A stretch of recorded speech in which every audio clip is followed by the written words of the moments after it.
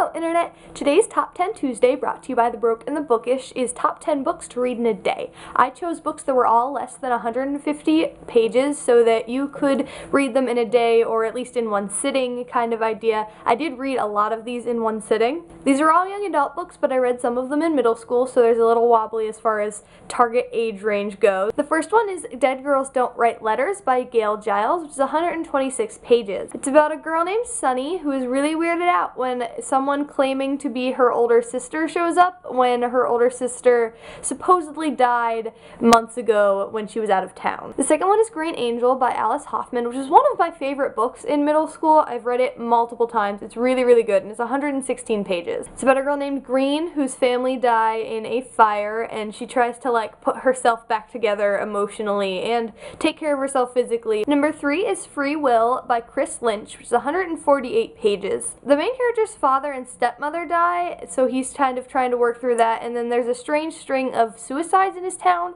and he thinks it's his fault, and it's really cool how that all happens. You should definitely go check it out. A Day No Pigs Would Die by Robert Newton Peck is another book that I adored in middle school, and is 150 pages. It's about his Vermont farm boy, and my dad actually grew up in Vermont. There's not a lot of cities in Vermont and such, and I know I spent most of my summers there growing up, so it was really cool to see that kind of reflected. Inside Out by Terry Truman is 117 pages. This is about a schizophrenic boy who gets mixed up in a robbery done by 2 other teens, and he ends up getting taken hostage. The Midwife's Apprentice by Karen Cashman is 122 pages. I'm really partial to books that take place in medieval Europe. They're really interesting to me, so this book was really cool. The midwife was really angry, and the main character was taken in by her because she was homeless. Night by Eli Wiesel is 128 pages. This was actually required reading for me my freshman year of high school, and I'm really glad it was because it was really interesting. It's about a 15-year-old